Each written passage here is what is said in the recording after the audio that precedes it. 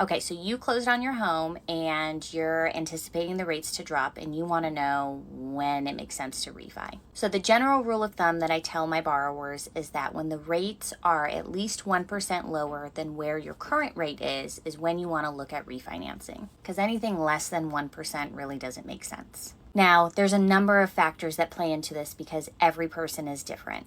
So for instance, if you are going to be in the home for not very much longer than when you're looking to refinance, it may not make sense to do so. If you're looking to refinance and stay in the home for quite a long time, then it probably makes sense. Depending on how low the interest rate goes that we lock you in at will also determine if you go back, let's say on a 30-year loan, or if we look at a 25 or a 20-year loan, or maybe even like a 15. Essentially, when you start seeing the rates coming, in your case, down in like the 6% range, you would want to, let's say, reach out to me and figure out what the difference is in payment, and we can run some rough numbers and figure out if it's enough of a savings for you to refinance and recoup that money. And the good thing about refinancing is because you're already in the home, we don't have to worry about, missing out on an opportunity to purchase a new home and like getting beat out by multiple offers. So when you see the rates, again, in your situation coming down into the sixes is when you're going to want to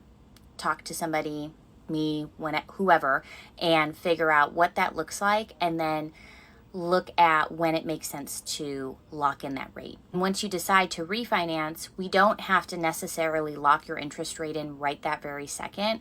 We can hold off if we see that the rates are going to continue to move down and figure out when it feels best for you to lock in that rate.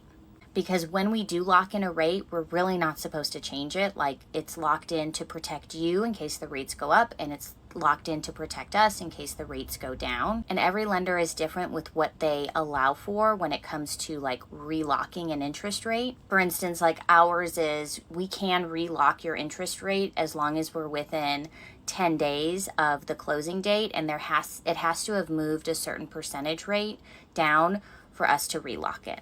So I hope that helps.